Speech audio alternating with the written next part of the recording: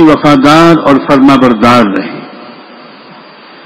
اس کی خیر خواہی اور اس کو خوش کرنے کی کوشش میں کمی نہ کرے، اپنی دنیا اور آخرت کی بھلائی اپنے شوہر کی خوشی سے وابستہ سمجھے، اور شوہر کو چاہیے کہ وہ بیوی کو اللہ کی عطا کی ہوئی نعمت سمجھے، اس کی قدر کرے، اس سے محبت کرے، کوئی غلطی اس سے ہو جائے تو نظر انداز کر دے، چشم پوشی کر دے، صبر و تحمل اور دانش مندی اور عقل مندی سے اس کی اصلاح کی کوشش کرے، اور اپنی استطاعت کی حد تک اس کی ضروریات اچھی طرح پوری کرے، اور اس کو آرام پہنچانے اور اس کا دل خوش کرنے کی ہر ممکن کوشش کرے۔ ان تعلیمات کی صحیح قدر و قیمت سمجھنے کے لیے اب سے قریباً 1400 سال پہلے پرانی پوری انسانی دنیا اور خاص کر عربوں کے اس ماحول کو سامنے رکھیے جس میں بیچاری بیوی کی حیثیت ایک خریدے ہوئے جانور سے کچھ زیادہ مختلف نہیں تھی، اور اس غریب کا کوئی حق نہیں تھا کہ جب تک عقل مطمئن نہ ہو اور ہمارا نفس مطمئن نہ ہو ہم اللہ رسول کے کہنے پر اپنے مزاج کو بدلنے پر تیار نہیں ہیں۔ یہ بہت سنگین بیماری ہے کہ جب تک ہم کو فلسفہ نہ بتایا جائے، حکمت نہ بتائی جائے، ہم کو مطمئن نہ کیا جائے، یہ چیز ہمارے لیے کافی نہیں ہے کہ اللہ اور اللہ کے رسول نے یہ بات فرمائی۔ یہ کمزور ایمان کی علامت ہے، یہ خطرناک بیماری کی علامت ہے۔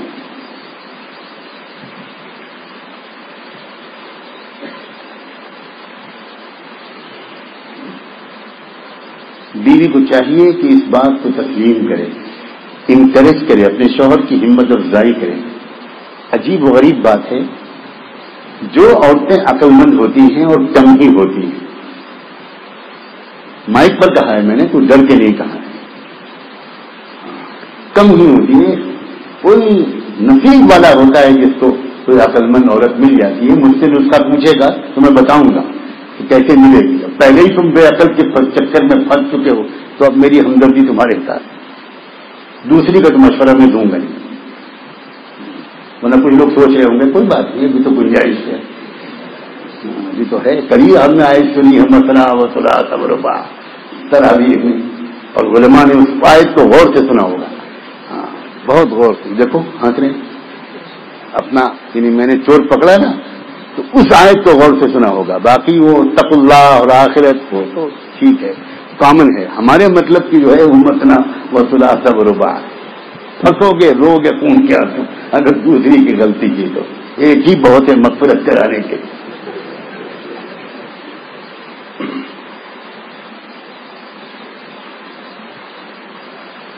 اگر بیوی اپنے شوہر سے یہ کہے کہ دیکھیں میں اللہ کا شکر ہے ایمان والی ہوں، آپ اپنی والدہ کا خیال زیادہ رکھیں، میں آپ کا ساتھ دوں گی، آپ اپنی ماں کا خیال رکھیں، حضور کا حکم پورا کریں، میری مرضی اس کے بعد ہوگی، ماں کی مرضی پہلے پوری ہوگی، ہم دونوں مل کر اپنی امی کی خدمت کریں گے، ان کی مرضی پوری کریں گے۔ جانتے ہو اس کے جواب میں شوہر کیا کہے گا؟ جب بیوی یہ کہے گی تو شوہر یہ کہے گا کہ میں انشاءاللہ جان لڑا دوں گا اس بات پر کہ میں اپنی ماں کو بھی خوش رکھوں گا، تم کو بھی خوش رکھوں گا۔ تم اتنی سمجھداری کی بات کر رہی ہو تو اب میرا بھی کچھ فرض بنتا ہے، لیکن کیونکہ عقل ہوتی نہیں تو وہ اپنی طرف شوہر کو متوجہ کرنے کی سمجھداری والی ترکیبیں ان کی سمجھ نہیں آتی،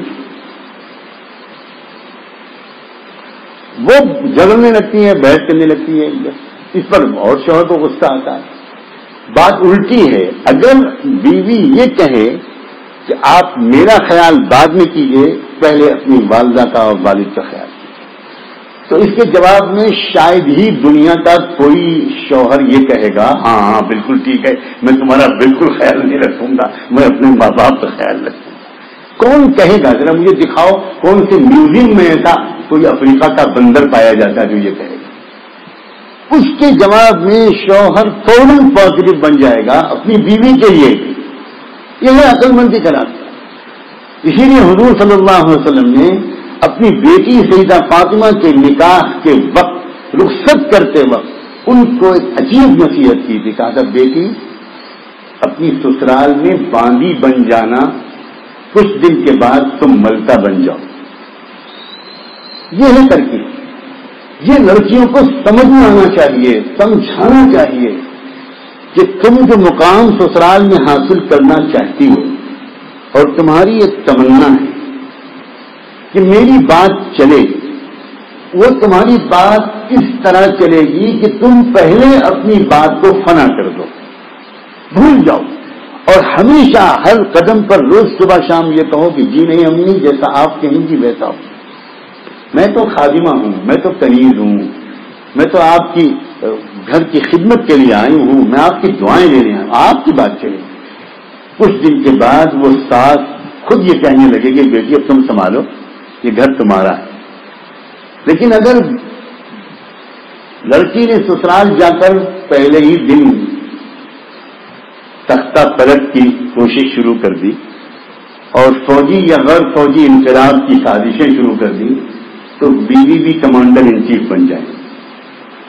وہ سمجھ جائے گی اچھا میرے بال دھوپ میں سفید نہیں ہوئے بٹیا، میں بتاؤں گی تم کو، میں بتاؤں گی تم کو کہ تم کیسا لڑاؤں گی تم کو آپس میں. پھر شروع ہوتی ہے ایک رولنگ پارٹی ہوتی ہے، ایک اپوزیشن پارٹی ہوتی ہے، پھر گھمسان کی مہابھارت چلتی ہے صرف بیوقوفی کی وجہ سے، صرف بے عقلی کی وجہ سے، صرف تربیت کے نہ ہونے کی وجہ سے. اللہ اکبر. سیدنا ابو ہریرہ رضی اللہ تعالی عنہ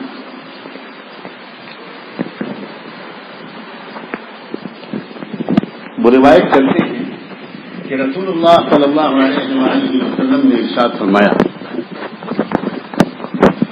اگر میں کسی کو کسی مخلوق کے لیے سجدے کی اجازت دیتا، سجدے کا حکم کرتا، تو میں بیویوں کو حکم دیتا کہ وہ اپنے شوہروں کو سجدہ کیا کریں.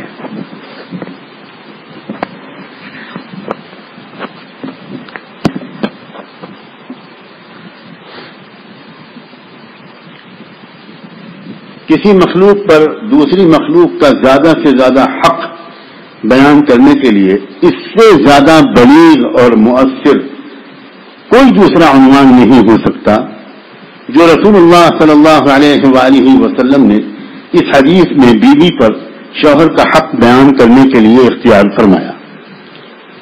حدیث کا مطلب اور مدعا یہی ہے کہ کسی کے نکاح میں آ جانے اور اس کی بیوی بن جانے کے بعد عورت پر خدا کے بعد سب سے بڑا حق اس کے شوہر کا ہو جاتا ہے. اسے چاہیے کہ اس کی فرما برداری اور رضا جوئی میں کوئی کمی نہ کرے.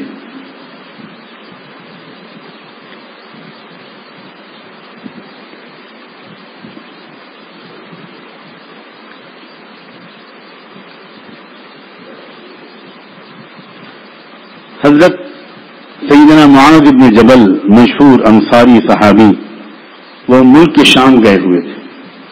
جب وہاں سے واپس آئے تو انہوں نے رسول اللہ صلی اللہ علیہ وآلہ وسلم کے حضور میں سجدہ کیا. آپ نے تعجب سے پوچھا ما ھذا یا معاذ، یہ کیا کر رہے ہو؟ جب حضرت معاذ سجدہ کرنے لگے تو حضور نے پوچھا کہ معاذ یہ کیا کر رہے ہو؟ انہوں نے عرض کیا کہ حضرت میں شام گیا تھا اور وہاں کے لوگوں کو میں نے دیکھا کہ وہ اپنے دینی پیشواؤں، پادریوں کو اور قومی سرداروں کو سجدہ کرتے ہیں، تو میرے دل میں آیا کہ ہم آپ کو سجدہ کیا کریں، آپ سے بڑھ کر کون ہے؟ آپ نے ارشاد فرمایا نہیں، ہرگز نہیں. اور سنو، اگر میں کسی کو اللہ کے سوا کسی اور کے لیے سجدہ کرنے کے لیے کہتا یا کہہ سکتا تو عورت سے کہتا کہ وہ اپنے شوہر کو سجدہ کرے.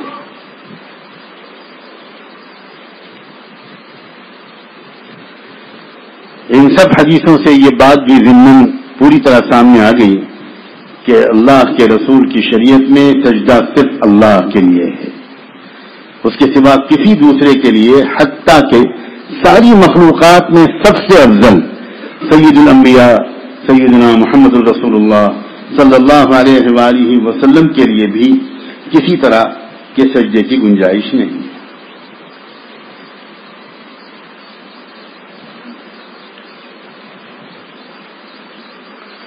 بات بھی یہاں پر ذرا ذکر ہو جائے کہ جن صحابہ نے حضرت معاذ نے یا ایک اور واقعے میں حضرت قیس بن سعد نے اللہ کے رسول صلی اللہ علیہ وسلم کے سامنے سجدہ کرنے کی کوشش کی تھی یا اجازت چاہی تھی، ظاہر ہے کہ وہ سجدہ تعظیم تھا، سجدہ تحیت تھا، وہ سجدہ عبادت تو ہو ہی نہیں سکتا تھا، سوال ہی نہیں پیدا۔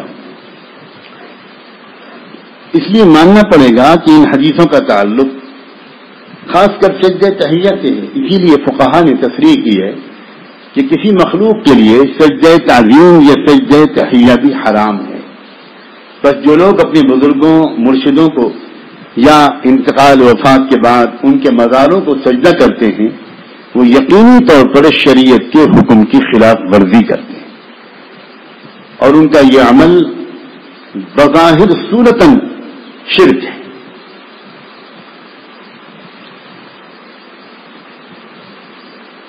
اب یہ بات کہ شوہر کی اطاعت کا حکم بیوی کو جو دیا گیا، بیوی کے تعلق میں یہ ضروری تھا کہ کسی ایک کو سربراہی کا درجہ دیا جائے، کوئی ایک ایسا ہو کہ اس کی حیثیت گھر میں بڑے کی ہو۔ اب یہ حیثیت کس کو دی جا سکتی تھی، کس کو دی جانی چاہیے تھی، اور اس حیثیت کے حساب سے پھر ذمہ داریاں بھی اس پر اسی طرح کی پڑنی چاہیے۔ ظاہر ہے کہ اپنی فطری برتری کے لحاظ سے اس کے لیے شوہر ہی زیادہ موزوں ہو سکتا تھا۔ چنانچہ شریعت محمدی میں گھر کا سربراہ مرد ہی کو قرار دیا گیا اور بڑی ذمہ داریاں اسی پر ڈالی گئی ہیں۔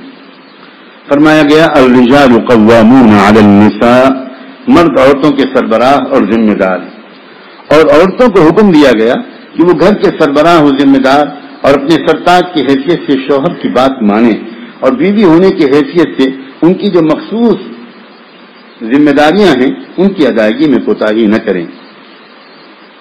چنانچہ ان کے لیے فرمایا گیا فالصالحات قانتات حافظات للغیب، نیک بیویاں شوہروں کی فرما بردار ہوتی ہیں اور شوہر کے پیچھے بھی اس کی غیر موجودگی میں بھی اس کی آبرو کی، اس کی ہر امانت کی پوری حفاظت کرتی ہیں۔ اگر عورت شوہر کی اطاعت اور فرما برداری کے بجائے نافرمانی اور سرکشی کا رویہ اختیار کرے تو ظاہر ہے کہ اس کے نتیجے میں پہلے کشمکش اور پھر خانہ جنگی ہوگی، جو دونوں کی دینی اور دنیاوی بربادی کا باعث ہوگی۔ اس لیے رسول اللہ صلی اللہ علیہ وسلم نے عورتوں کو شوہروں کی اطاعت و فرما برداری اور رضا جوئی کی تاکید بھی فرمائی ہے اور اس کا عظیم اجر و ثواب بیان فرما کر ترغیب بھی دی ہے۔ حضرت انس رضی اللہ عنہ سے روایت ہے کہ رسول اللہ صلی اللہ علیہ وآلہ وسلم نے فرمایا، عورت جب 5 وقت کی نماز پڑھے اور ماہ رمضان کے روزے رکھے اور اپنی شرم و آبرو کی حفاظت کرے اور شوہر کی فرما بردار رہے تو پھر اسے حق ہے کہ جنت کے جس دروازے سے چاہے اس میں داخل ہو۔ 5 وقت کی نماز، رمضان کے روزے، اپنی عزت کی حفاظت کرنا، پاک دامن رہنا اور شوہر کی فرما بردار رہنا۔ حضرت ام سلمہ رضی اللہ عنہا سے روایت ہے کہ رسول اللہ صلی اللہ علیہ وسلم نے فرمایا، جو عورت اس حالت میں دنیا سے جائے کہ اس کا شوہر اس سے راضی اور خوش ہو تو وہ جنت میں جائے۔ جو عورت اس حالت میں دنیا سے جائے کہ اس کا شوہر اس سے راضی اور خوش ہو تو وہ جنت میں جائے۔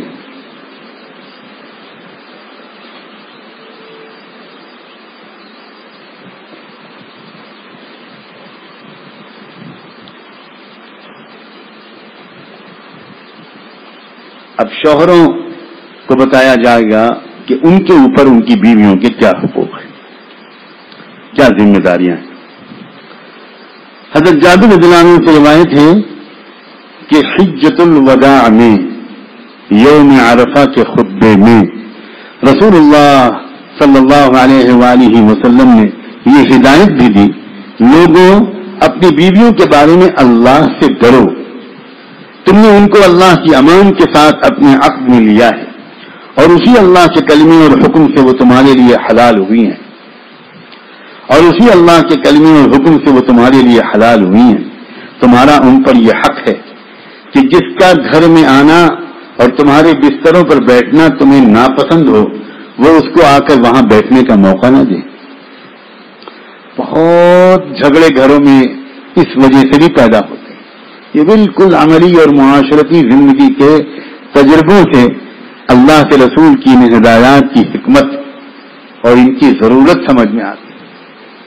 بہت بڑی تعداد میں اس سے جھگڑے پیدا ہوتے ہیں۔ شوہر کسی وجہ سے نہیں چاہتا کہ فلاں رشتہ دار اس کی عدم موجودگی میں خاص طور پر گھر میں آئے۔ بہت سے حالات ہوتے ہیں جن کی تفصیل بیان کرنے کی ضرورت نہیں۔ اب شوہر کہیں سفر پر گیا ہوا ہے اور بیوی کو موقع مل گیا اور اس نے اس کو فون کر کے بلا لیا، یا اس کو خبر ہو گئی کہ وہ گیا ہوا ہے تو وہ آ گیا۔ اب بیوی یہ سمجھ کر کہ شوہر تو باہر ہیں، اس بات کی وجہ سے گھر ٹوٹتے ہیں۔ وہ الگ بات ہے کہ وہ جو شوہر کا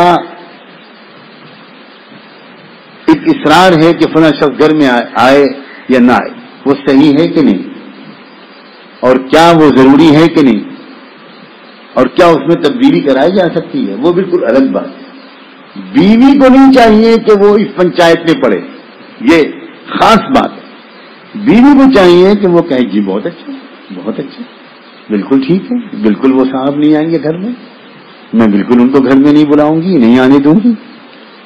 وہ الگ بات ہے، وہ دوسرے لوگ گھر کے خاندان کے وہ اگر اس معاملے کو میں پڑھیں اور دیکھیں، تحقیق کریں کہ بھئی شوہر کا یہ اصرار صحیح ہے کہ نہیں، اور اگر صحیح نہیں ہے تو شوہر کے مزاج میں، اس کے فیصلے میں کچھ تبدیلی کرنے کی کوشش کریں۔ یہ دوسرے لوگ کریں، بیوی نہ کریں۔ یہ بڑی نازک سی بات ہے، کیونکہ اگر بیوی اصرار کرے گی تو شوہر کا شک، بدگمانی یا غصہ اور بڑھے گا، اور پھر حالات کو سنبھالنا مشکل ہو جائے۔ یہ گھریلو ماحول کو خوشگوار رکھنے کے گر ہیں، یہ رسول اللہ صلی اللہ علیہ وسلم نے بتائے۔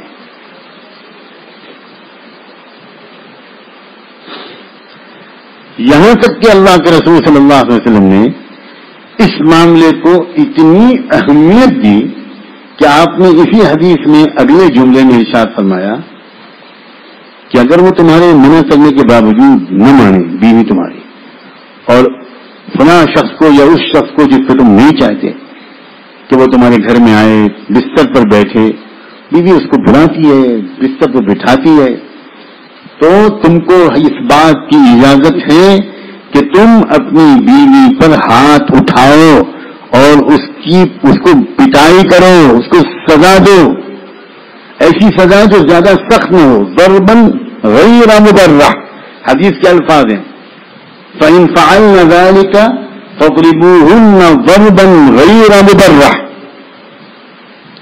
لوگ آج کل کا جو ماحول ہے،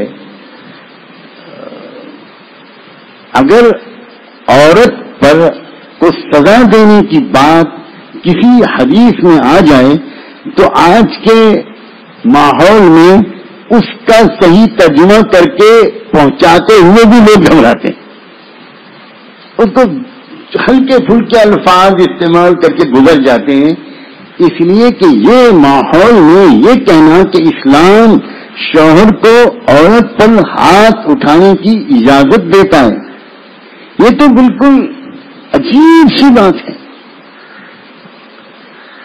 اتنا زور زور سے لوگ بولتے ہیں کہ اس شور میں اچھے خاصے لوگ متاثر ہو جاتے۔ میں نے پہلے بھی ایک لطیفہ سنایا تھا، رمضان میں کوئی لطیفہ سنانا پتہ نہیں مفتی صاحب حرام تو نہیں ہے،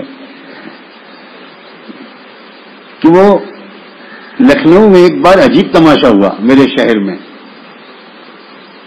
اچانک میرے پاس فون آیا شہر کے ایس ایس پی کا، کلکٹر کا، کہ آپ کہاں ہیں؟ میں نے کہا میں گھر پر ہوں۔ ان کا آپ کے گھر کے قریب بہت گولی چل گئی ہے، ہم لوگ وہاں پہنچ رہے ہیں، ذرا پلیز آپ تھوڑا وقت نکال کے جلدی پہنچیے، حالات کو کنٹرول میں لانے میں آپ سے بڑی مدد ملتی ہے۔ میں نے کہاں گولی چل گئی؟ ارے وہ ہم خبر ملی ہم کو گولی چل گئی، سب بازار بند ہو گئے۔ میں کمال ہے، میں نے پوچھا کسی سے کہ جاؤ دیکھو باہر کیا ہو رہا ہے، ان کا بھگدڑ مچی ہے، لوگ بھاگ رہے ہیں۔ تو واقعی گولی چل گئی، کیا ہوا؟ کچھ بھی نہیں تھا وہاں، کچھ بھی واقعہ نہیں ہوا، اور لوگ بھاگ گئے، لوگ گلی میں گھس گئے, کسی اور کے گھر میں گھس گئے, کسی دکان کے شٹر بند کر کے اندر چھپ گیا, کوئی عجیب افراتفری مچ گئی. ایک آدھے فون گھنٹے کے بعد وہ کلیکٹر SSP صاحب خود میرے گھر پر آئے کہ آج تو کمال ہی ہو گیا, آپ تو آئے نہیں, اور ہم تو بڑے گھبرائے ہوئے وہاں پہنچے اور پتہ چلا وہاں تو کچھ بھی نہیں تھا. پھر ہوا کیا؟ تو انہوں نے کہا ہوا کیا کہ آدھے پون گھنٹے کے بعد ہم لوگوں کی سمجھ نہیں آیا کہ بھائی تحقیق تو کرو, یہ بھگدڑ کیوں مچی. پہلے تو ہم نے لوگوں کو ٹھنڈا کیا, کراؤڈ کو کنٹرول کیا وغیرہ وغیرہ. اس کے بعد کسی نے بتایا کہ ایک بچہ بھاگتا ہوا آیا تھا ادھر سے, چل گئی. تو اس وقت ٹینشن تھا بہت, بابری مسجد کی تحریک چل رہی تھی, تو لوگ سمجھے گولی چل گئی, بھاگو گولی چل گئی بھاگو. لوگوں نے پھر یہ پوچھا ان پولیس والوں نے, افسروں نے, کہ وہ بچہ گیا کدھر, ادھر پوچھے, ادھر گیا, ادھر گلی میں گھسا, وہاں گیا. گھومتے وہ اس بچے کے گھر پہنچ گئے اور اس بچے سے پوچھا کہ یہ کیا چل گئی. کہنے کا انکل مجھ کو میرے بھائی نے 98 دی تھی, 50 پیسے کا سکہ, اور وہ کھوٹا تھا, اور مجھ سے کہا تھا پتنگ لے آؤ, اور مجھ سے کہا تھا کہ وہ جو ایک بازار ہے نا گڑبڑ جھالا, اس میں ایک بڈھے بیٹھتے ہیں جن کو دکھائی کم پڑتا ہے, ان کی دکان سے لانا. اور میں گیا اور میں نے 98 دی اور انہوں نے پتنگ دے دی, اور میں وہاں سے نکلا, چل گئی خوشی میں چلاتا ہوا گیا. اب مجھے کیا معلوم کیا چل گئی, میں تو کہہ رہا تھا 98 چل گئی. یہ ہے دنیا میں خبروں کا جو حال ہے, چل گئی. دنیا میں اتنی زور سے شور مچایا گیا کہ بہت مظلوم ہے عورت, مسلمان عورت بہت مظلوم ہے, اور اسلام نے عورتوں کو تو شوہروں سے کہا کہ ان کو مارو. اللہ اکبر. اب ذرا سوچو اپنی عقل سے, اگر کسی کی بیوی اتنی سرکش اور نافرمان ہے, نہیں کہنا مانتی, اور وہ اپنے فلاں شخص کو گھر میں بلانا چاہتی ہے, بستر پر بٹھاتی ہے, حضور صلی اللہ علیہ وسلم اس کے آگے کے الفاظ تو نہیں بولیں گے. اب وہ شوہر منع کر رہا ہے, بار بار منع کر رہا ہے, لیکن اس کے باوجود اگر وہ عورت نہیں مانتی تو ایک کوشش اس بات کی اور کر لی جائے, تھوڑی سختی کر کے کہ وہ عورت اس کام سے رک جائے, یہ زیادہ بہتر ہے, یا اس کو ہونے دیا جائے یہاں تک کہ آگے جا کر جلا کر مٹی کا تیل چھڑک کے جلا دینے کا وقت آ جائے, مار ڈالنے کا وقت آ جائے, طلاق دے کر گھر سے نکال دینے کا وقت آ جائے, وہ زیادہ بہتر ہے کہ یہ زیادہ بہتر ہے؟ اسلام حقیقت پسندی پر مبنی ہے. اسلام کھوکھلے قسم کے نعروں پر قانون کو نہیں بنایا کرتا, جو زمینی حقیقتیں ہیں ان کو سامنے رکھتا ہے, اور کسی سے گھبراتا نہیں, کسی سے شرماتا نہیں. بات صاف ہے بالکل. کون سی چیز زیادہ بہتر ہے؟ گھر کو ٹوٹنے سے بچانے میں کون سی چیز زیادہ مددگار ہے؟ اس قدر کردار کی خراب اور نافرمان عورت کو اپنی منمانی کرنے دیا جائے. کبھی نہ کبھی تو آ کر یہ بم بلاسٹ ہوگا, کبھی نہ کبھی تو آ کر ایکسپلوژن ہوگا, کبھی نہ کبھی تو آ کر یہ گھر میں ایک دھماکہ. اس سے پہلے کہ کیا جائے ایک کوشش اور کر لو, ایک آخری کوشش اور کر لو کہ تھوڑی جسمانی اس کو ہلکی سزا بھی دو, اور قربان جائیں اللہ کے رسول کو. یہ بھی فرما رہے ہیں ہلکی سزا دینا, غیر مبرح, ایسی سخت سزا نہ ہو جو زیادہ سخت ہو. اور فرمایا وَلَهُنَّ عَلَيْكُمْ رِزْقُهُنَّ وَكِسْوَتُهُنَّ بِالْمَعْرُوفِ, اور تمہارے ذمے مناسب طریقے پر ان کے کھانے کپڑے وغیرہ ضروریات کا انتظام کرنا ہے.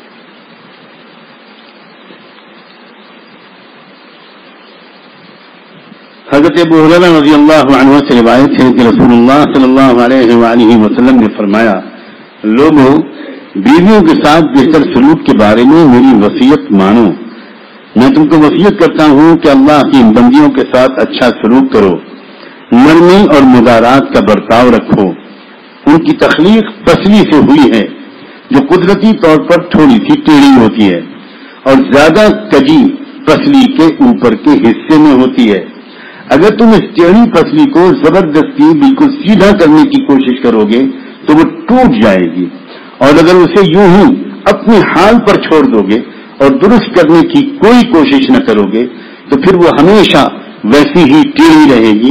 اس لیے بیویوں کے ساتھ بہتر سلوک کرنے کی میری وصیت قبول کرو.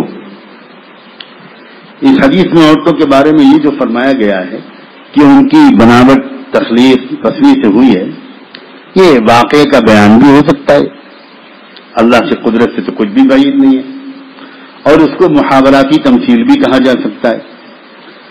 مقصد یہ ہے کہ عورتوں کی جبلت اور سرشرشت میں کچھ نہ کچھ کجی ہوتی ہے، کچھ نہ کچھ کجی ہوتی ہے.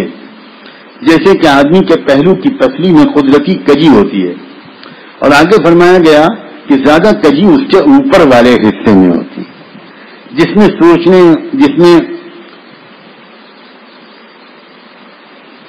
یہ غالباً اس طرف اشارہ ہے کہ عورت میں کجی کا زیادہ تر ظہور اس کے دماغ میں ہوتا ہے اور اس کی زبان میں ہوتا ہے. زبان اور دماغ یہ سر کے اوپر کے حصے میں ہوتے ہیں.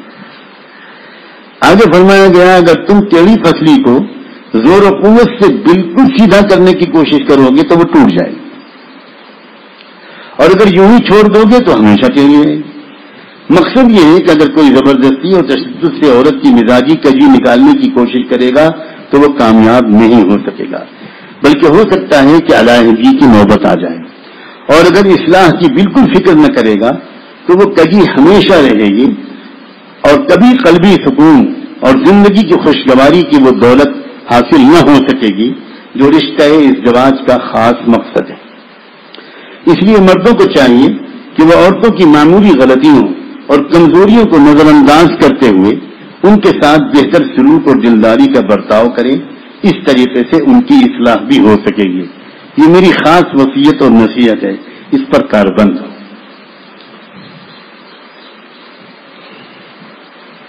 کتنی گہری بات اللہ کے رسول نے اپنی اس ہدایت میں فرمائی.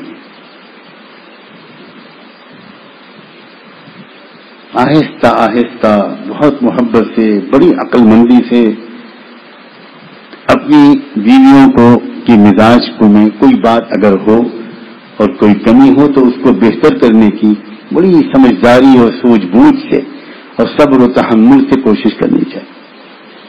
کس وقت یہ باتیں کی جائیں، کس وقت یہ بات کی جائے، یہ بہت ہی اہم مسئلہ ہوتا ہے.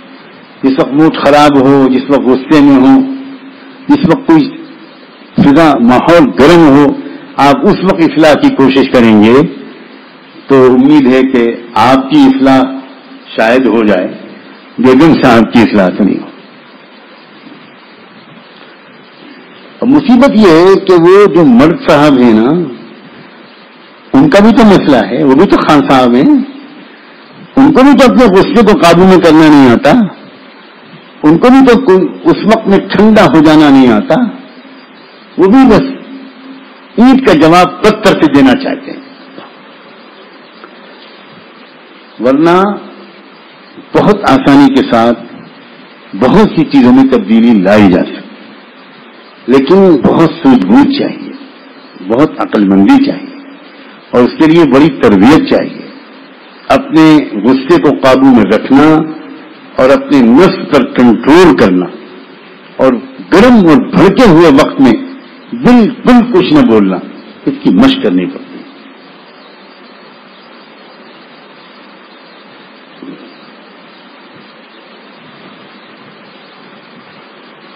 حضرت عائشہ صدیقہ رضی اللہ عنہا سے روایت ہے کہ رسول اللہ صلی اللہ علیہ وسلم نے فرمایا، مسلمانوں میں اس آدمی کا ایمان زیادہ کامل ہے جس کا اخلاقی برتاؤ سب کے ساتھ بہت اچھا ہو، اور خاص کر بیوی کے ساتھ جس کا رویہ لطف و محبت کا ہو. ایمان اس کا کامل ہے جس کے اخلاق اچھے ہوں، اور خاص کر اپنی بیوی کے ساتھ اس کا رویہ بہت ہی نرمی کا، محبت کا ہو.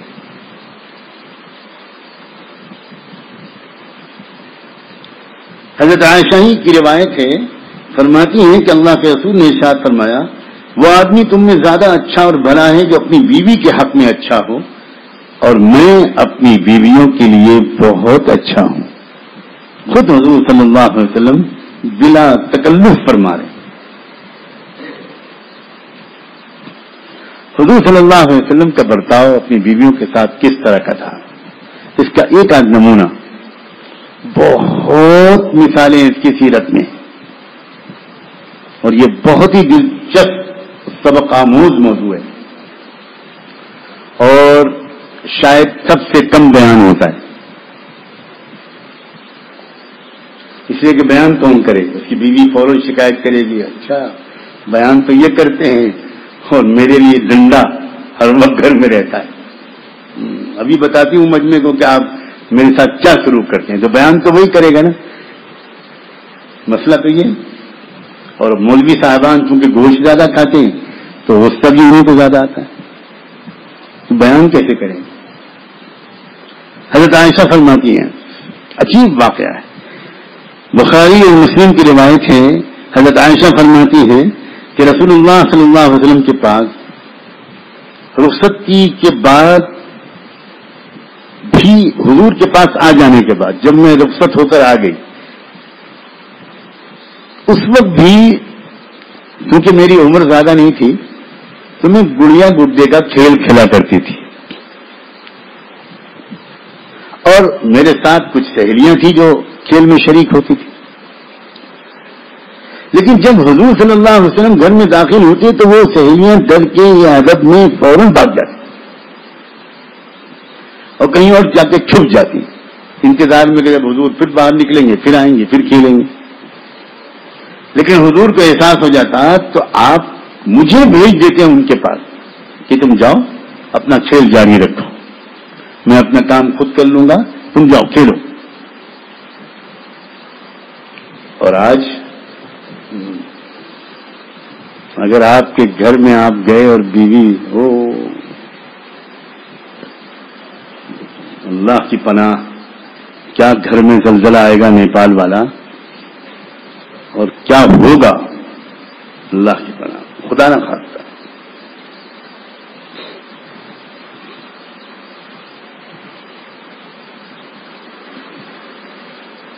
ایک اور روایت حضرت عائشہ ہی کی کہتی ہے کہ میں رسول اللہ صلی اللہ علیہ وسلم کے ساتھ تھی ایک سفر میں.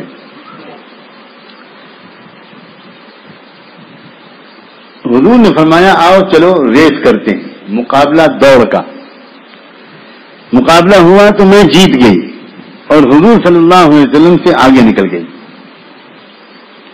تھوڑے دن کے بعد دوبارہ کوئی موقع آیا، پھر حضور نے فرمایا چلو آج پھر ریس کرتے ہیں.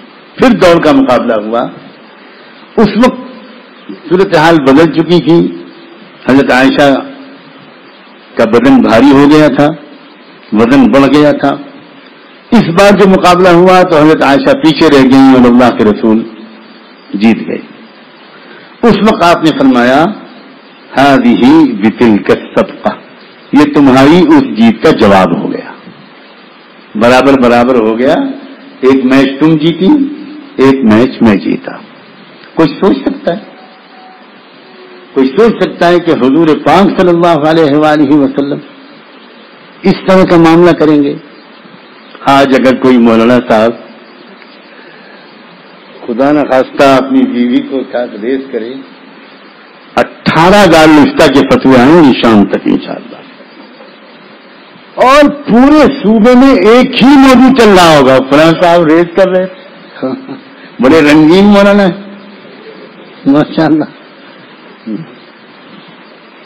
ذرا تحقیق تو کرو انہوں نے کہاں پڑھا ہے، عجیب عجیب تبصرے ہوں گے. اسی لیے تو نئی نسل کے لوگ دین سے اور دینداروں سے دور بھاگنے لگے کہ اس میں وہ کشش، وہ جاذبیت، وہ اعتدال، وہ توازن، وہ حسن، وہ اخلاق، وہ مٹھاس، وہ سب نکال کے پھینک دی. صلاۃ و سلام ہو اللہ کے رسول پر. انہوں نے جو دین سکھایا تھا اس میں بہت اعتدال تھا، اس میں تہجد کے آنسو بھی تھے، سسکیاں بھی تھیں، ہچکیاں بھی تھیں، ان میں فقر و فاقہ بھی تھا، ان میں جہاد بھی تھا، اور ان میں اپنے گھر والوں کے ساتھ یہ حسن سلوک بھی تھا. حضرت عائشہ ہی کی ایک اور روایت، اللہ خوش رکھے حضرت عائشہ کو، جزائے خیر عطا فرمائے، بہت سے اندر کے راز تو انہیں سے معلوم ہوئے. گھر کے اندر کی جو زندگی ہوتی ہے ایک مسلمان کی کیسی ہونی چاہیے، یہ تو حضرت عائشہ ہی بتا سکتی تھی. حضرت عائشہ کہتی ہیں اور قسم کھا کے کہتی ہیں، واللہ رأیت النبی صلی اللہ علیہ وسلم، واللہ میں نے قسم کھا کے کہتی ہوں کہ میں نے یہ منظر اپنی آنکھوں سے دیکھا ہے کہ ایک روز مدینے میں حبشی لوگ مسجد میں نیزے کا کھیل کھیل رہے تھے اور حضور اکرم صلی اللہ علیہ وسلم مجھے ان کا کھیل دکھانے کے لیے میرے لیے اپنی چادر کا پردہ کر کے میرے حجرے کے دروازے پر کھڑے ہو گئے جو مسجد ہی میں کھلتا تھا، اور میں آپ کے کندھے اور کان کے درمیان سے جھانک کر ان لوگوں کا کھیل تماشا دیکھتی رہی. آپ میری وجہ سے مسلسل کھڑے رہے. جب میرا ہی جی بھر گیا اور میں خود ہی لوٹنے لگی، تب اللہ کے رسول صلی اللہ علیہ وسلم نے گویا اس جگہ کو چھوڑا. اتنی دیر تک کھڑے رہے اور مجھے کھیل دکھاتے رہے. پھر حضرت عائشہ آخر میں فرماتی ہیں، فقدروا قدر الجاریۃ الحدیثۃ السن الحریصۃ علی اللہ. حضرت عائشہ آخر میں کہتی ہیں، یہ درس دیتے وقت، یہ سمجھاتے وقت، لوگوں کو حضور کی حدیث اور حضور کا یہ واقعہ سناتے وقت آخر میں یہ کہتی ہیں کہ اندازہ کرو کہ ایک نئے عمر اور کھیل تماشے سے دلچسپی رکھنے والی لڑکی کا کیا مقام تھا اور حضور اس کو خوش کرنے کے لیے کیا کیا انداز اختیار کرتے تھے. یا اس کا ترجمہ یہ بھی ہو سکتا ہے کہ تمہارے گھر میں کوئی نوعمر لڑکی ہو تو خیال رکھنا اس عمر کے اپنے شوق ہوتے ہیں، اس عمر کے اپنے جذبات، اس کی رعایت کرنا.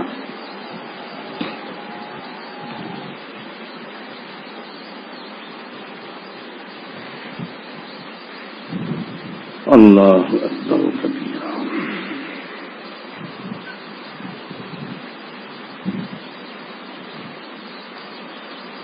اب دیکھیے کتنا توازن ہے.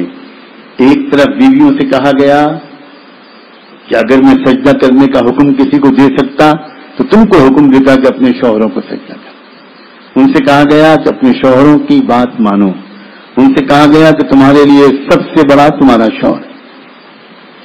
اور مردوں سے کیا سلوک سکھایا گیا، مردوں کو کیا ترغیب دی گئی، مردوں کو کیا شوق دلایا گیا. ان کے جذبات کا خیال رکھو، شریعت کے حدود کے اندر ان کے اپنے شوق پورے کرو. ایسا ماحول گھر میں نہ بناؤ کہ گھر میں ہر وقت ایک روکھا پن ہو، تنگی ہو، دوری ہو، ناراضگی ہو. ایسا ماحول نہ بناؤ.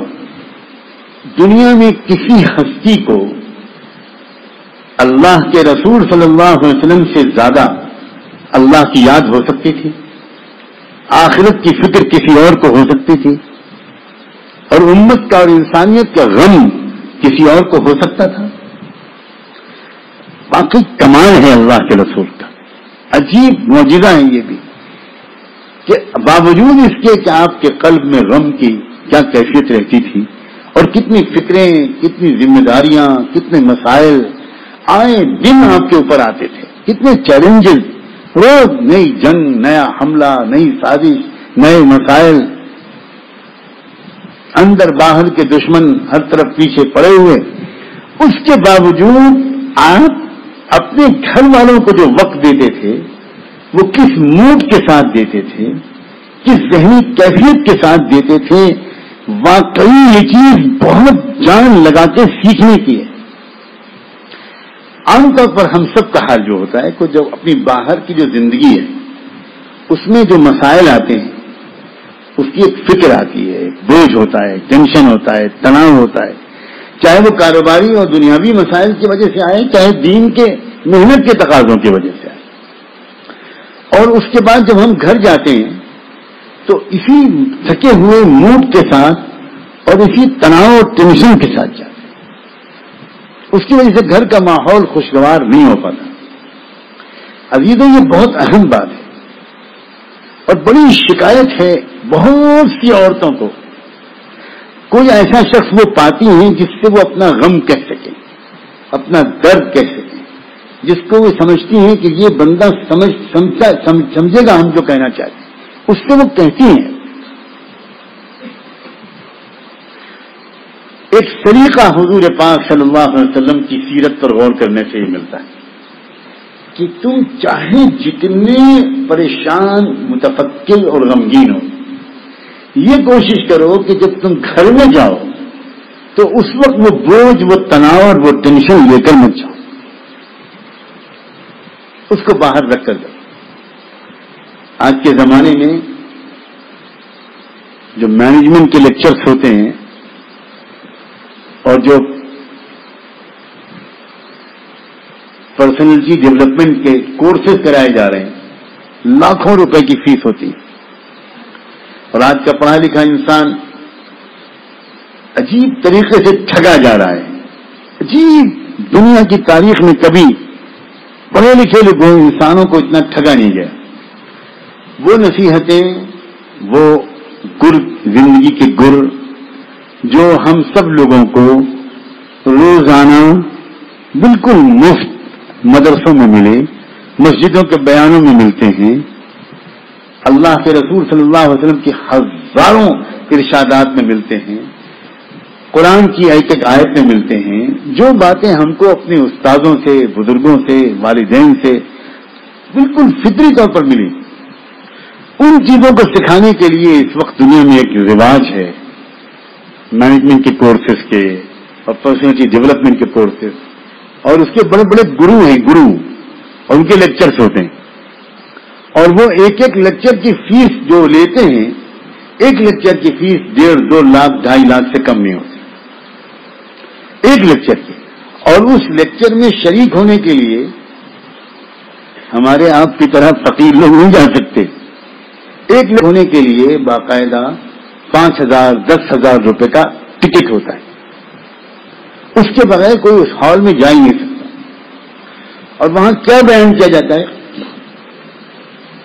انہیں ہنسی آتی ہے، وہ باتیں جو بالکل بچپن میں ہم لوگوں نے سیکھی، اور وہ باتیں جو بالکل ہی روزمرہ کی ہیں، اور ہمارے تمام بزرگوں کے ملفوظات بھرے پڑے ہیں ان سے، وہ باتیں وہاں بیان کی جاتی ہیں۔ وہ مائک لے کر ٹہل کر کے خاص انداز ہے نا آج کل ماشاءاللہ، ہاں، موونگ لیکچر، پورے اسٹیج پر گھوم کے اور گا کے اور اتنا عجیب ایک نوٹنکی ہوتی ہے۔ کیا سکھاتے ہیں؟ 2 گھنٹے کے لیکچر میں سکھایا جاتا ہے کہ دیکھیں آپ گھر میں جو جائیں تو اپنے ٹینشن کو آفس میں رکھ کر جائیں، اب آفس کی ایک الماری میں ایک خانہ بنائیں، اس میں کوئی چیز نہ رکھیں، وہ سب لکھ دیں ٹینشن کے دن۔ جب جائیں تو تالا کھولیں، دھیان کریں، آج کل یوگا کا دن ہے، دھیان کریں، دھیان۔ میں نے اپنا ٹینشن الماری میں رکھ دیا،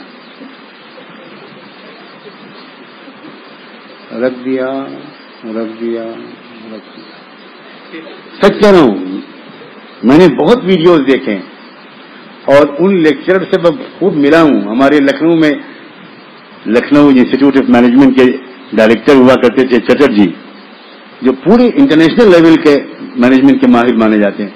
ہماری ان کی دوستی ہو گئی ایک سفر میں، ٹرین میں ساتھ ہو گیا، اور آج بہت اچھا دن آج یاد آ گیا۔ بڑی دلچسپ گفتگو ان سے یوگا پر ہوئی تھی، آج وہ 10-20 سال کے بعد یاد آیا، کیونکہ ٹرین میں میں نے نماز پڑھی، قرآن کی تلاوت کی، اور یہی دن سے گفتگو کا آغاز ہوا۔ اور جب میں نے نماز پڑھ رہا تھا تو وہ مجھے تو خبر نہیں تھی، بعد میں انہوں نے کہا کہ معاف کیجیے گا، میں نے آپ کی اجازت کے بغیر آپ کی نماز کی مووی بنائی، میں نے پورا ویڈیو ریکارڈنگ کی ہے آپ کی نماز کی، تو آپ سے اجازت لینا ضروری ہے اس لیے بتا رہا ہوں۔ تو انہوں نے مجھ سے پوچھا کہ میں نے ان سے پوچھا کیوں بنایا؟ انہوں نے کہا کہ میں یہ دیکھ رہا کہ یہ نماز جو شخص دھیان کے ساتھ پڑھے گا وہ تو دنیا کا سب سے خوش انسان ہوگا، اس میں تو عجیب قسم کے آسن ہے، اس میں عجیب طرح کا دھیان ہے۔ پھر یہاں سے بات شروع ہوئی، اب تو بہت لمبی بات چلی۔ تو اس کے بعد میں نے ان سے کہا کہ آپ نے میرا ایک ویڈیو بنایا ہے، آپ کے نام کو میں اخبار میں پڑھتا رہا ہوں تو آپ کے 20-50 ویڈیوز ہوں گے. اس ویڈیو کی قیمت یہ ہے کہ وہ سارے ویڈیو مجھے آپ دیجیے. ہاں ورنہ میں الاؤ نہیں کروں گا. آپ مجھے اپنے سارے ویڈیوز دیجیے جو آپ لیکچر دیتے ہیں دنیا بھر میں. میں ان کو فری آف کاسٹ سنوں گا. میں نہیں آؤں گا 10,000 روپے ٹکٹ دے کر. یہ سب بیوقوف لوگ ہیں جو آپ کو اتنا پیسہ کما کے دیتے ہیں. تو انہوں نے کہا کہ ٹھیک ہے میں لکھنؤ میں آپ کو خود گھر پر پہنچواؤں گا. واقعی انہوں نے بھجوائے, وہ سیریز بھجوائی اور میں نے ان کو بہت دھیان کے ساتھ دیکھا, بہت دھیان کے ساتھ. اس میں ایک لیکچر میں یہ تھا جو میں بتا رہا ہوں, کیبن بنائیے, ٹینشن کیبن لکھ دیا, ٹینشن رکھ دیا, ایسی کہے رکھ دیا, رکھ دیا, رکھ دیا. اب میں خوش ہوں. Now I am happy. Now I am happy. پھر ہنسیے زور دے, ہاں ہاں ہاں ہاں ہاں, آپ کا موڈ ٹھیک ہو جائے گا. اب آپ گھر جائیے, اب آپ گھر جائیے اور راستے سے کوئی فلاور لیجئے, کوئی پھول لیجئے, کوئی چاکلیٹ لیجئے اور گھر میں جائیے تو ایک منتر پڑھتے رہیے. منتر وہ تو جو منتر تھا وہ منتر تھا, یہ بھی پڑھتے رہیے. میں خوش ہوں, میں خوش ہوں, میں خوش ہوں, میں خوش ہوں. I am happy, I am happy. Bell بجائیے, میں خوش ہوں, میں خوش ہوں, میں خوش ہوں. لا حول ولا قوت الا باللہ. استغفر اللہ. یہ ہے پڑھے لکھے لوگ, یہ کرنا پڑ رہا ہے ان کو, یہ کرنا پڑا. کاش کہ ہم اس نسخے پر عمل کرتے کہ الا بذکر اللہ تطمئن القلوب. ہم گھر جاتے اور راستے میں ذکر کرتے ہوئے جاتے, جنت کو سوچتے ہوئے جاتے, اللہ کو سوچتے ہوئے جاتے, اللہ کی رحمت سوچتے ہوئے جاتے, کلمہ پڑھتے ہوئے جاتے اور خوبصورت حضور صلی اللہ علیہ وسلم کی تعلیمات کی یاد میں کھوئے ہوئے جاتے اور یہ سوچتے ہوئے جاتے کہ گھر میں بیوی بچے ملیں گے. اللہ کی نعمت ہے, کیا نعمت ہے اللہ کی. میں ان کو خوش کروں گا, وہ مجھے خوش کریں گے. تو پھر کیا ہوگا؟ پھر وہ ہوگا جو حضور نے فرمایا کہ جب میاں بیوی دونوں ایک دوسرے کو خوش نظر سے دیکھتے ہیں تو وہاں ایک تیسرا بھی ہوتا ہے کہ دونوں کو خوش دیکھ کر خوش ہو رہا ہوتا ہے اور مسکرا رہا ہوتا ہے. حدیث کے الفاظ ہیں. اور وہ تیسرا کون ہوتا ہے؟ اللہ. یہ سوچتے ہوئے جاؤ گے تو کیا ضرورت ہے اس سب تماشا کرنے کی کہ میں نے ٹینشن کو الماری میں رکھ دیا. اس کا مطلب یہ کہ کل جب آؤں گا تو پھر کھولوں گا ٹینشن, آؤ پھر اگلے دن ٹینشن میں ملاقات ہوگی. کیا فضول باتیں. دنیا کہاں پڑی ہوئی ہے, لیکن اس میں ہمارا قصور نہیں ہے. سوچو, ہم نے کیا وہ نماز پڑھی ہے جو دل کو خوش کر دے؟ کیا ہم نے وہ نماز سیکھی ہے جو بدن کو تندرستی عطا کرے؟ کیا ہم نے وہ نماز سیکھی ہے؟ عجیب ہے عبادتیں اسلام کی. اللہ کرے کسی وقت میں اس موضوع پر تفصیل سے بات کر, بہت دل چاہ رہا ہے ان دنوں. یہی تو معجزہ ہے حضور کی شریعت کا. ہر عبادت جو اللہ کے رسول نے سکھائی, وہ چاہے نماز ہو, چاہے روزہ ہو, چاہے زکوٰۃ ہو, چاہے حج ہو. میں صرف عبادات کروں گا. سب عبادتیں وہ ہیں جن کا اصل مقصد تو ہے دل کو پاک صاف کرنا, جن کا اصل مقصد ہے روح کو پاک صاف کرنا, جن کا اصل مقصد ہے بہیمیت اور حیوانیت کی سطح سے بلند ہو کر ملکوتیت اور ربانیت کی اور نورانیت کی سطح تک پہنچنا, ملائے اعلیٰ کے انوارات کو جذب کرنا. یہ مقصد ہے عبادت. مگر صلاۃ و سلام ہو اللہ کے رسول پر. ہر عبادت اس شکل کی آپ نے سکھائی ہے کہ اگر وہ عبادت اس صحیح طریقے پر کی جائے اور ظاہری احکام پر پوری طرح عمل کیا جائے تو وہی عبادت اعلیٰ درجے کی تندرستی کا سبب بھی بن سکتی ہے. اعلیٰ درجے کی. میری ریڑھ کی ہڈی میں 14 سال پہلے ایک فریکچر ہوا. 3 جگہ سے میری ریڑھ کی ہڈیاں ٹوٹ گئیں اور میں بالکل ایسا پڑا رہتا تھا کہ میں ہل بھی نہیں سکتا تھا. بستر پر چٹ لیتے ہوئے ہی استنجا, وضو, نماز سب ہوتی تھی. اگر میں ذرا سا ہلتا تھا تو میری چیخ نکل جاتی تھی. ریڑھ کی ہڈی 3 جگہ سے ٹوٹے, اللہ بچائے ایسے حادثے. کیا کیفیت تھے میری. اللہ والوں کی دعاؤں سے اور کچھ عجیب و غریب علاج میسر ہوئے، بالکل دیہاتی اور دیسی قسم کے، اور اللہ کے بدلہ سچی بات یہ ہے وقت کے اکابرین نے اس وقت جو میری صحت کے لیے دعائیں کی ہیں، میرا رواں ان کا ممنون ہے۔ کیا حالت تھی ان دنوں میں حضرت جی مولانا انعام الحسن صاحب کی، حضرت مولانا قاری صدیق صاحب کی، حضرت مولانا ابرار الحق صاحب کی، اور میرے والد ماجد تو دنیا سے جا چکے تھے، حضرت مولانا علیمہ بھی دنیا سے جا چکے تھے۔ یہی اکابر تھے جو میرے لیے ایسی دعائیں کر رہے تھے کہ بس مجھے تو بالکل یقین ہے کہ ان دعاؤں کا اثر ہے کہ میں آج چل پھر رہا ہوں۔ اس زمانے میں علاج کے لیے میں دہلی لے جایا گیا۔ اس وقت میں اس قابل ہو گیا تھا کہ چھڑی کے سہارے اور ایک آدمی کے سہارے دھیرے دھیرے چلتا تھا، لیکن تکلیف بہت تھی۔ تو ایک بہت بڑے ڈاکٹر نے جو عالمی شہرت کے آدمی تھے، ان کے علاج کے لیے مجھے لے جایا گیا۔ انہوں نے میرا پورا جائزہ لیا، نئے سرے سے ساری جانچیں کی اپنے اسپتال میں۔ آخر میں مجھ سے انہوں نے جو بات کہی، سب علاج لکھنے کے بعد اور ورزش جب وہ بتایا کرتے تھے، تو مجھ سے انہوں نے کہا کہ مولانا میں آپ کو کوئی ورزش نہیں بتاؤں، ابھی فی الحال آپ کو میں ہلکی سی ورزش اس لیے بتا رہا ہوں کہ آپ نماز پڑھنے کے لائق ہو جائیں۔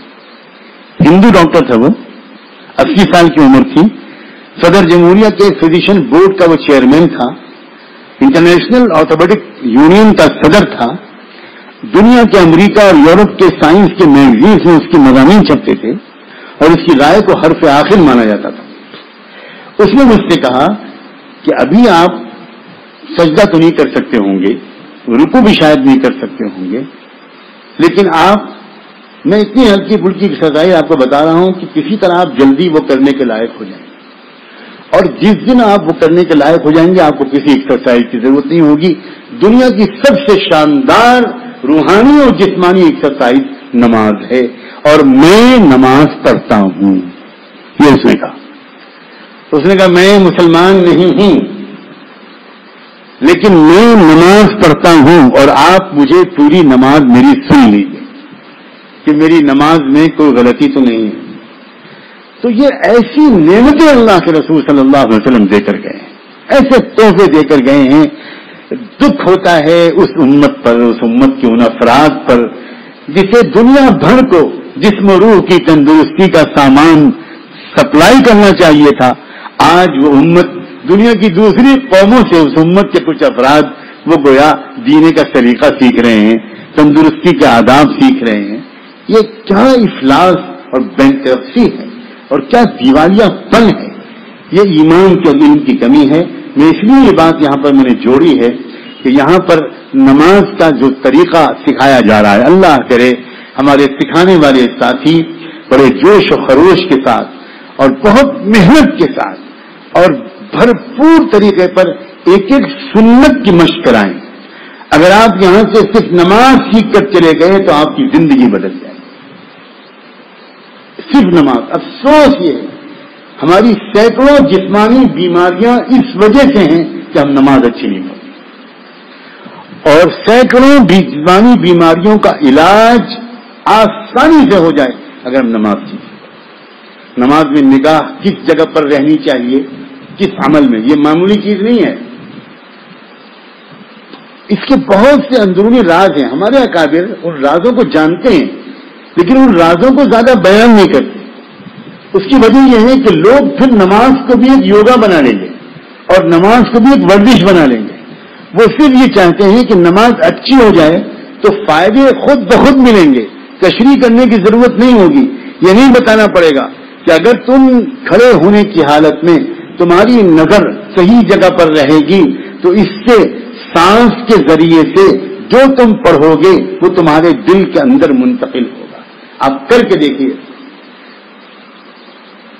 ہماری نظر صحیح جگہ پر نہیں رہتی تو ہم پڑھتے ہیں، سورہ فاتحہ پڑھتے ہیں، سورت پڑھتے ہیں، لیکن اس کے انوار و برکات سانس کے ذریعے سے جو اندر منتقل ہونے چاہیے وہ نہیں ہوتے۔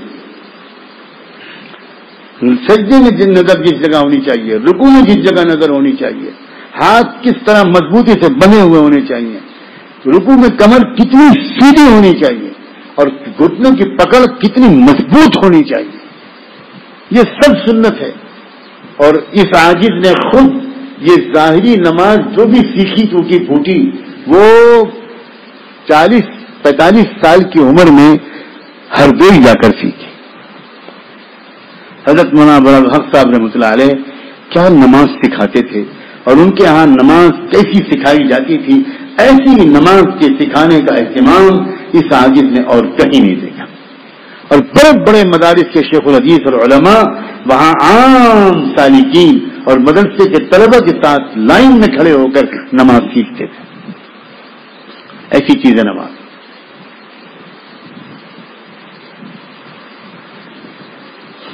علماء کہیں الگ ملیں تو میں ان سے عرض کروں، یہ جو مشائخ نے ذکر کے طریقے بتائے یہ کیا ہیں؟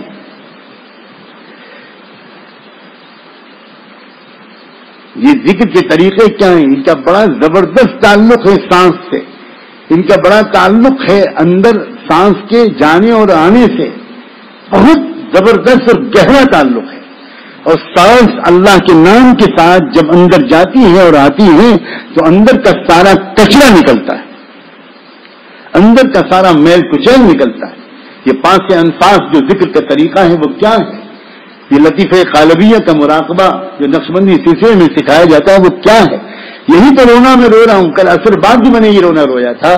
ایک بندہ بھی نہیں ملتا جو کمر کس کے سلوک کو طے کرے. بیان سننے والے لاکھوں ملتے، ایک بندہ نہیں ملتا، ایک شخص نہیں ملتا جو سنجیدگی کے ساتھ محنت کرے اور گہرائی میں اتر کر اس ذکر کے طریقوں کو سیکھے اور پھر دیکھے کہ اس کی کیا کایا پلٹ ہوتی ہے.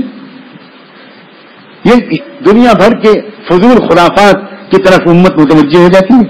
اسے لگتا ہے کہ ہمارے پاس کچھ ہے ہی نہیں، اسے لگتا ہے لوگوں کو کہ ہمارے پاس تو ظاہری اٹھک بیٹھک ہے اور اصل میں تو آسن کے ذریعے، پرنام کے ذریعے اور مراقبے اور میڈیٹیشن کے ذریعے اور اپنے سانس کے اندر لانے اور باہر لانے کی مشق کے ذریعے سے دراصل ہمارا کلیان ہو سکتا ہے، نروان ہو سکتا ہے، ہماری صفائی ہو سکتی ہے. اس کی وجہ یہ ہے کہ مسلمانوں نے جو تصوف کے اذکار و اشغال پر محنت کرنے کا رواج ختم ہو گیا، اس وجہ سے بھی آج میدان خالی پا کر دنیا کے لوگ اپنے اپنے نسخے پھیلا رہے ہیں.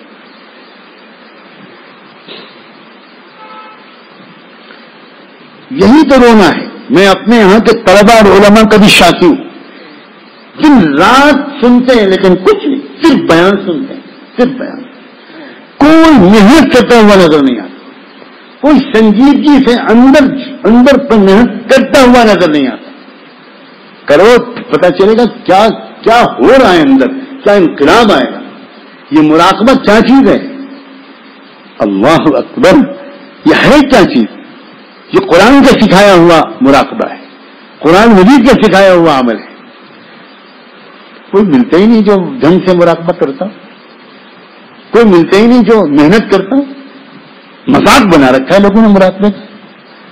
ورنہ کوئی شخص اگر مراقبہ کرے اور اس کے بعد بد نظری کا گناہ اس کے اندر باقی رہے، میرا جی چاہتا ہے میں قسم کھا لوں یہ ہو ہی نہیں سکتا، ہو ہی نہیں سکتا. کیا سائنٹیفک سسٹم ہے یہ نقشبندی سلوک اور یہ سارے سلوک. یہ کیا جانے یوگا والے لطیفہ قلب کو، لطیفہ روح کو، لطیفہ سر کو، لطیفہ خفی کو، لطیفہ اخفا کو، لطیفہ سر کو، لطیفہ قالبیہ کو، لطیفہ نفس کو، لطیفہ قالبیہ کو کیا جانیں گے. اور ان کے ذریعے سے جو بدن کی صفائی ہوتی ہے، جو قلب کی صفائی ہوتی ہے، وہ چکھنے کی چیز ہے. محنت نہیں کرتے لوگ. میں پھر کہتا ہوں بیان بیان بیان و بیان و بیان. بیڑا غرق کر رکھا ہے ان بیان سننے کے ذوق نے. 3 گھنٹے کا بیان سننے میں کوئی نہیں اٹھتا تھا، آدھے گھنٹے کے مراقبے میں جان نکلتی. انفرادی اعمال کی طرف سے طبیعت ہٹ گئی ہے، بالکل ہٹ گئی ہے. مانتا ہی یہ کمینہ نفس کہ ہم اکیلے بیٹھ کر اللہ کو یاد کریں. اسی لیے یہ صورتحال ہے. اللہ تبارک و تعالی ان سب باتوں پر عمل کی توفیق عطا فرمائے. آخر اتنی زور سے کہنے کے بعد کچھ لوگ تو محنت کریں. یہاں آئے ہو کوئی اور مشغولیت ہی نہیں ہے. ایک گھنٹے 2 گھنٹے کا مراقبہ کرنے میں کیا رکاوٹ ہے؟ کیوں نہیں ڈوب کر اللہ تعالیٰ کو یاد کرتے؟ کر کے دیکھو کیسی صفائی اندر ہوتی ہے. واللہ انسان لاکھوں برہنہ عورتوں لڑکیوں کے بیچ میں سے گزر جائے گا، اس کو خبر بھی نہیں ہوگی کہ میرے دائیں بائیں عورتیں لڑکیاں تھیں یا گائے بیل تھیں. کچھ خبر نہیں. بالکل قلب اس قدر صاف ہو جاتا ہے، وسوسہ بھی نہیں آتا کسی کو دیکھنے کا، وسوسہ بھی نہیں آتا. شہوت کی لائن کے سارے گناہ ان سے چھٹکارا ملتا ہے لطیفہ قلب کے مراقبے سے. غصے پر 100% قابو آتا ہے لطیفہ روح کے مراقبے سے.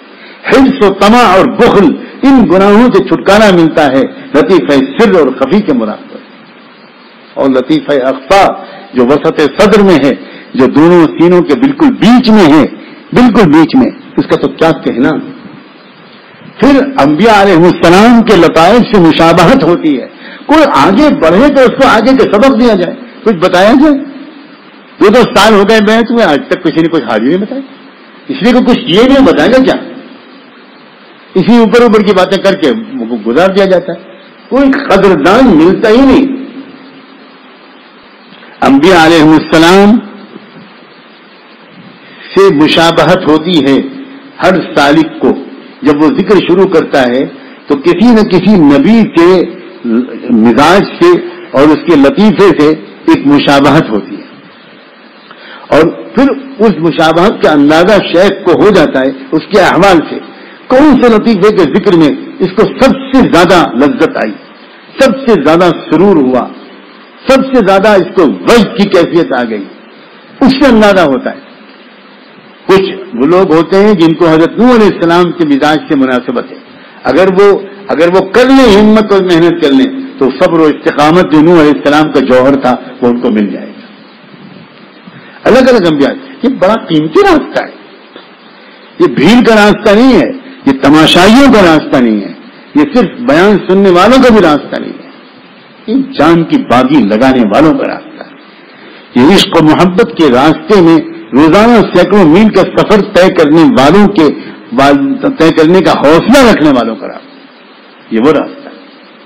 اور جب ان لطائف یہ پاک ہو جاتے ہیں، پوری روح پاک صاف ہو جاتی ہے، پھر تو انسان نفس و شیطان سے جنگ انشاءاللہ جیت لیتا ہے، فاتح بن جاتا ہے انسان، اور بڑی طاقت کی پوزیشن میں آ کر وہ نفس و شیطان کے حملوں کا مقابلہ کرتا ہے. کمزوری کی پوزیشن میں نہیں رہتا، محفوظ ہو جاتا ہے. وہ معصوم تو کوئی نہیں بن سکتا لیکن محفوظ ہو جاتا ہے. اللہ تعالیٰ ان کلمات کی، ان باتوں کی، ان گزارشات اور معروضات کی قدر کی توفیق عطا فرمائے. وآخر دعوانا الحمدللہ.